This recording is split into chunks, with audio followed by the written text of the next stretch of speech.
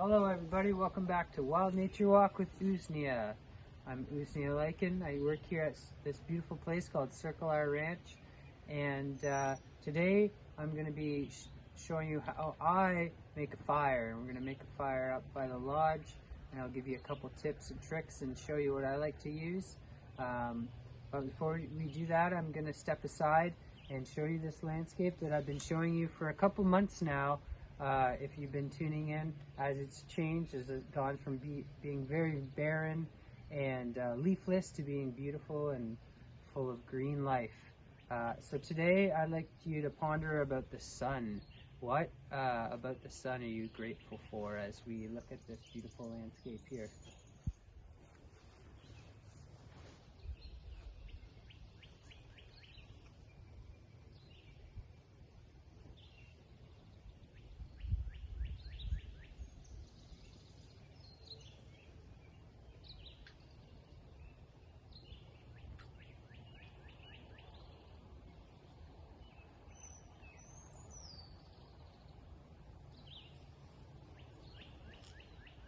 We've had this gorgeous weather the last couple days where it's been blue skies and sunny, but not too warm, not 35 degrees. It's been, 20 something, and nice breeze blowing through, so I'm really grateful to feel the sun coming down and feel the rays, but not be drenched in sweat. I'm grateful for what the sun does to all the plants. It grows the plants that we all eat and take into our bodies. And I'm grateful in the winter time when it's sort of gray and snowing a whole lot, and you sort of forget about the sun, and then all of a sudden one day the clouds clear, the atmospheric pressure goes up, and we get this blue sky and the sun comes out, and it's just sort of glorious. It makes everything else look a lot brighter and shinier. I like that moment in the winter, to remember the winter. Seems like a long time ago.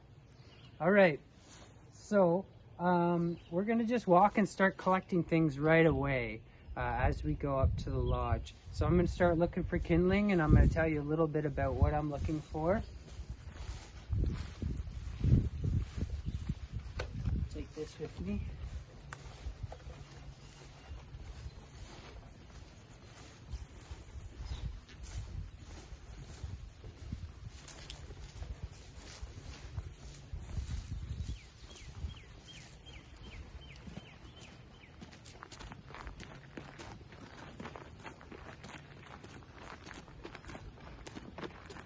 So right away I look into the woods here, into the shady spot of the woods, and I'm looking for dry wood basically. Now let's say that it rained and poured last night, and you might be like, oh no, we can't start a fire, there's no dry wood. But there's always dry wood to be found, especially in the dense forest. And anything hanging up in the air is often pretty dry. So even though it might have rained, which it didn't, but let's pretend it did, you can come in here and first of all look around for any poison ivy. This is a perfect spot for poison ivy to grow. I don't see any. So we got a dead branch right here. And like I said, even if it rained all night last night, this, because it's up, it's under a bit of shade here, under the leaf cover, and the breeze is blowing through. This is the first thing that dries out. If I went looking down here, this stuff right here on the ground, it's dry now, but if it had rained last night, because it's touching the ground, it might be pretty wet still. So that's what we look for, is dead hanging stuff. And when I say dead, it has to make a snapping noise, like snap really audibly. So, so make a snapping noise like that, and that way you know it's dead. If, for example, you took this and you go to snap this buckthorn here, it's just going to bend for one, so you're not going to get to make that snapping noise. But even if you look under the bark a little bit, you're going to notice that it's green there. And so anything, even if it does snap, it looks green inside, that's probably still living or was recently living, isn't very dry. And living stuff burns, but it smokes a lot. And isn't the greatest thing for starting fire. So I'll take these few sticks with us, and we'll keep on walking up the hill and see what we can find.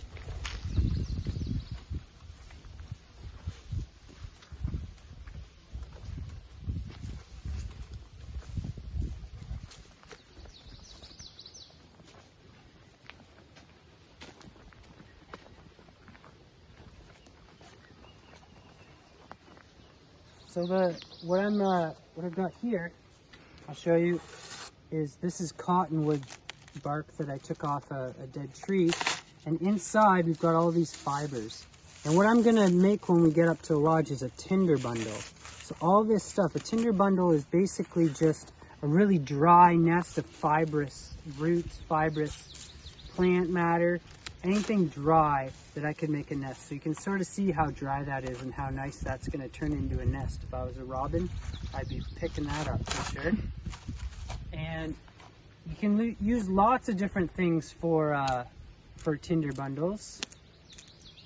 But this is called dog bane, or some people call it Indian hemp. They're a very close plant. And it's a very fibrous plant too. You can sort of see the fibers that come off of it. I make cordage or rope out of this quite often, so I collect a lot of it in the fall. And all these fibers here, you just sort of break off, and you can collect all these fibers and make a bundle out of that too. Other things you can use that, you know, I've done with the kids before, we've used really dry grass, really dry seed heads. So I don't really see too many dry seed heads this time of year, but even grabbing some of this grass that's super dry, getting the green stuff out, that's going to be good too for my tinder bundle. We've used dry horse poo too. That works really good. Yeah, any kind of inner bark that you find, if you scrape it a little bit and it comes off like flaking like fibers, that's going to make a good tinder bundle. So there's a few more things we've collected up already. Let's head up to the lodge. See if we find anything else. Like any of this dead dry stuff, super fine. This is good stuff too. Oh yeah. See, those are the seed heads of purple loosestrife, a plant that has really big gnarly roots. So whenever I'm gardening, I come in contact with that here in the garden and try to get rid of it because it sort of takes over big areas of plots. You can see there's all this dead dogwood too. It's gonna snap. Some really, really fine stuff. That's what I look for first to start our fires. And I'll point out the beautiful wild roses that have just started blooming this week. Oh, they smell like heaven. They're really nice. You might not want to harvest any of that dead stuff for kindling because they have really thick thorns. It would hurt. Similar buckthorn, you might not want to use that for your kindling.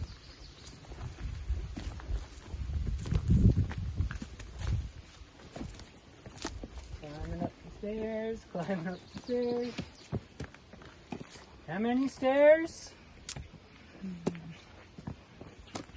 58. I threw lots of numbers.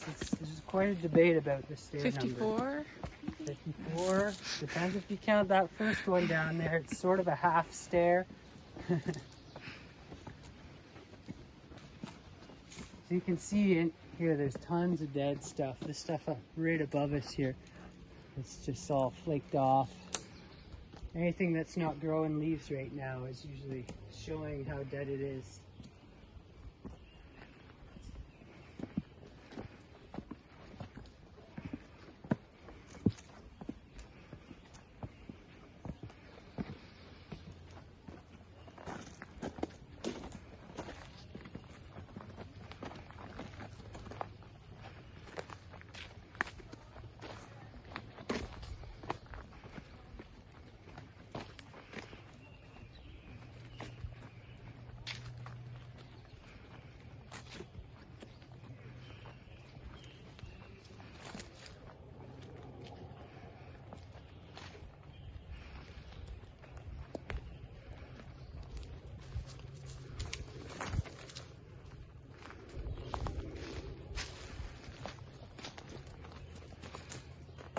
Okay.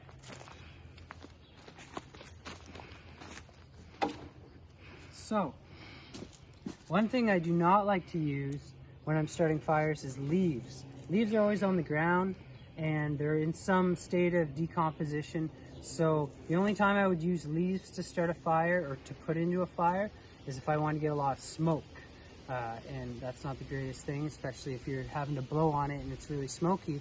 But smoke keeps away the mosquitoes and the black flies. So if we had a lot of flies around, then I might put some leaves on my fire just to smoke them out and to be able to do what I'm doing without them bothering me. Okay, so got lots of materials to show you here. I've got a tinder bundle started here. There's some fibrous bark you can see here. I'm gonna add some of that grass in, and I'm just sort of weaving it together to make a nest. One thing I use a lot of is called jute. And jute is a fiber plant that grows in Mexico, South America. This is what it looks like when it falls apart, or when we take it apart.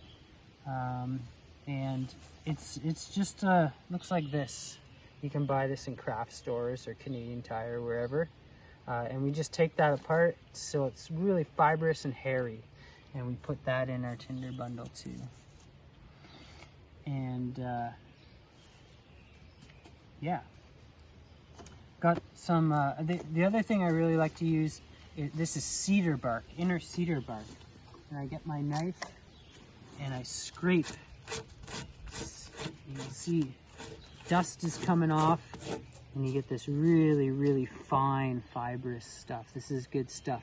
You put a little spark on that or coal on that and it just goes right up in flame. So let's say it was raining and you're still struggling to get a fire going. This is a really important thing to look for if you're in the woods and you have pine trees. This is called fat wood. So when a pine tree falls down and is dead, all the branches, they've got this resin in it. It's really sticky and it's really flammable. So all the branches that are sticking out of the main stalk, all the resin flows down the stalk towards the trunk and sort of condenses in the bottom part of the branch. And so you might be able to see how shiny this is. This is very dense in resin. And like I said, it's very flammable. So I carve off a couple pieces of that and you throw a spark on top of that. And we'll put some of that in here. And that'll get your fire going, especially in a really rainy situation. So fat wood, always good to have on hand.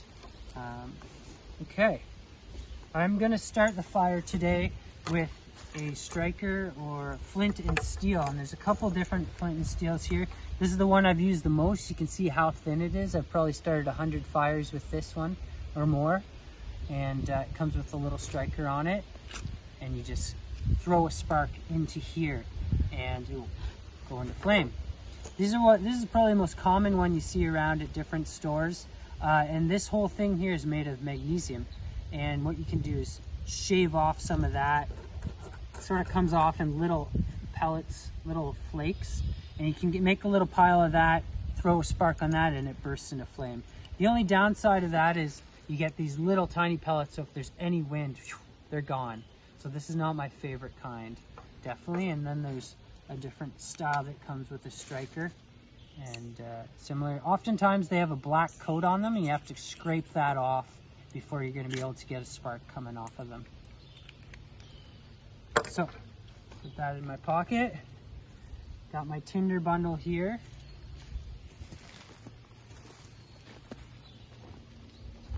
Another thing you can do if you're out and looking to do some survival camping is have some cotton balls on hand. And I use cotton balls quite often. And what we do is we take a little bit of petroleum jelly and you dip these in there. And then you can put that in your tinder bundle. And as soon as that catches, you've got a fire right away. So I'm going to do that for a few just to make sure you're going to have a good fire going right away.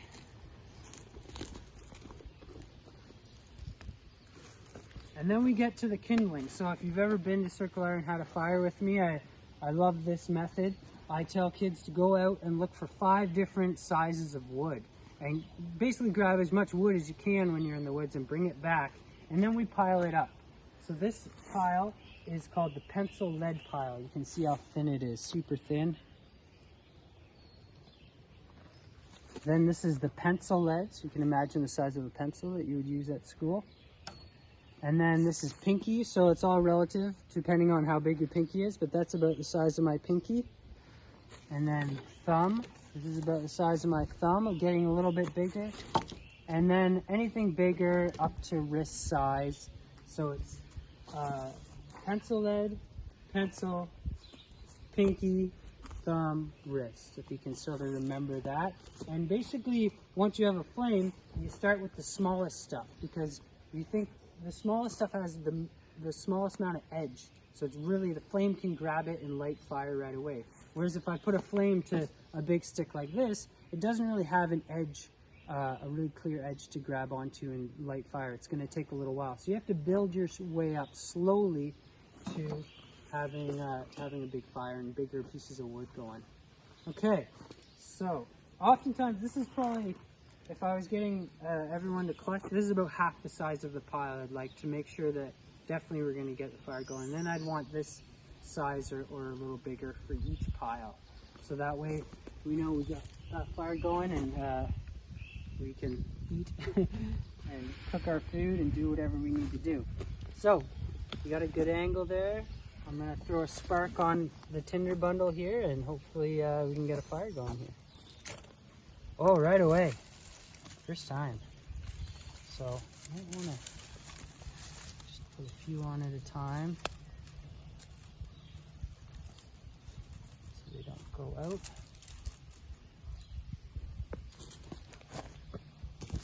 Also, if you got any paper, feel free to use it.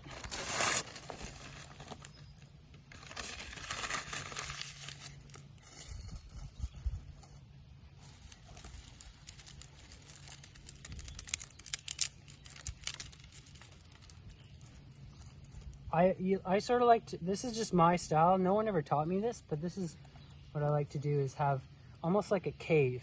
And I know the wind's sort of coming from the west right now, and so that blocks the wind, or allows a little bit of wind in, but it's not going to blow out my fire as soon as I get going.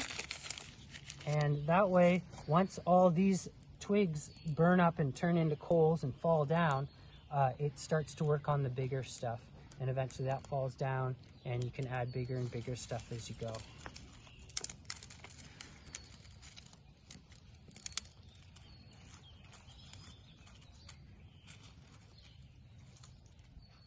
So it's getting to be about that time when, you know, the winter time, at least for us out here, the fire is so important. We start our fires in our house, and that's what heats us basically. But then, you know, the fire that was in the hearth, was in your fireplace in the winter, slowly turns up into the sky and turns into summer. And that way, when in the summer, when you have a fire, it's sort of like celebrating the sun. At least that's how I think of it, because it's not very necessary unless you got to cook some food. And so that's the time to, you know, sit around and cook s'mores and sing songs and tell stories and celebrate, you know, the seasons turning. So there you go. We have a pretty nice fire there, and I'm gonna sit by this fire for a little while today and think. Something sort of meditative and mesmerizing or trance-like, and staring into a fire, watching those branches burn down and those coals flare up, and see what you can see in the fire. So there's a few tips and tricks, and next time I'll get showing you some of the more primitive ways of starting fire, and some of the tools I've made out of rock and bone and stuff like that. So thanks for tuning in, and be awesome.